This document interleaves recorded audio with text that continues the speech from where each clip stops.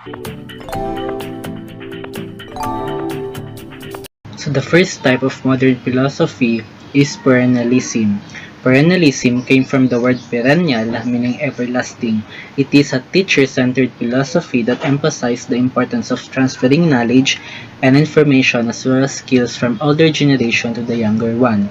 Perennialism says that since people are human, one should teach first about being a humans, not machines or techniques. So the aim of education in perennialism is to educate the rational person to cultivate the intellect. And the role of education is that teachers help students to think with reason, based on the Socratic methods of oral exposition or recitation, explicit or deliberate teaching of traditional values.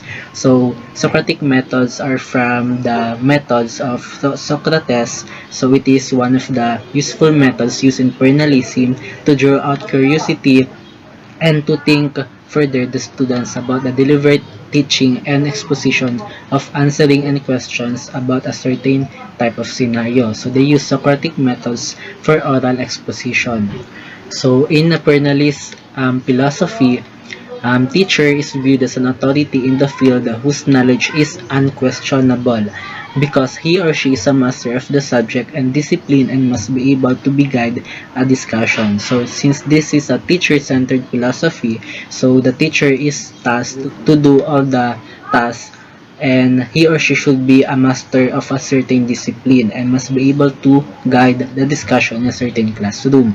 Important to remember that perennialists oppose the inclusion of non-academic subjects in their curriculum because, according to them, they defeat the primary purpose of the school, which is to develop students intellectually. So they endorse subject matter curriculum loaded with cognitive subjects that develop the nationality and the morality. Perennialist teachers believe that teachers are the intellectual mentors and models for their students. They believe that fundamental skills such as reading, writing, computation, research are developed starting from the elementary grade to prepare them for the lifelong learning.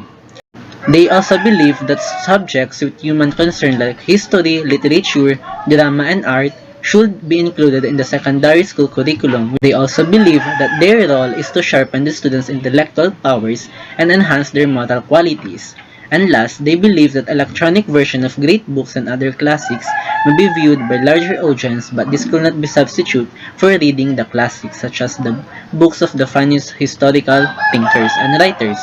So the focus in the curriculum is classical subject, literary analysis, and curriculum is constant. It do not change. So what are the type of literary analysis and classical subjects will be discussed further. So the subjects concerned in the perennialist philosophy are humanities, arts, theology, religion, history, and emphasis of great books, as well as political science, languages, and literature. So as you can observe, all of these subjects are humanities or liberal arts subjects. So they are more focused on the great books and traditional values of education. So perennialists believe that the focus of education should be the ideas that have lasted over centuries. That's why they are more focused on great books as well as literature and languages.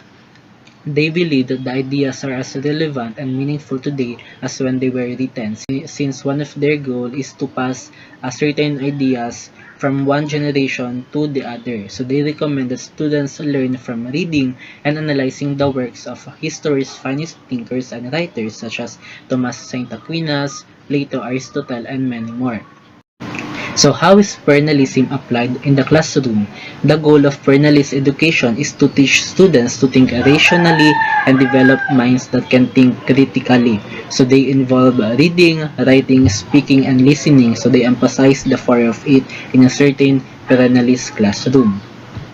According to perennialist philosophy, these ideas have the potential for solving problems in any era.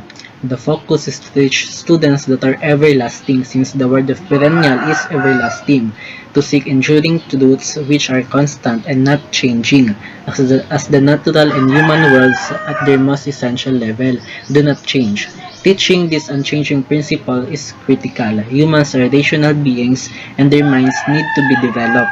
Thus, cultivation of the intellect is the highest priority in our worldwide education.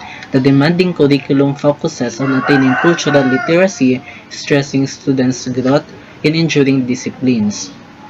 So that's why the great works of literature and arts and other laws and principles of liberal arts subjects are more focused on great books, eras, as well as on analyzing a certain books that has a priority or that has a concern in the cultivating intellect of the students. So one differences of perennialist type of philosophy of education to the other is that the teachers do not concern about the students' interests or experiences. Do teaching methods and techniques that are believed that are most beneficial to disciplining students' minds. So since this is a center or teacher-centered philosophy, do not care about the students' interests, habits, likes and dislikes, or experiences. So what the teachers only focuses on the methods and techniques that they believe that it will have a great impact or benefits to disciplining students' mind. So perennialists think it is important that individuals think deeply, analytically, flexibly, and imaginatively. They emphasize that students should not be taught information that may soon be outdated or found to be incorrect.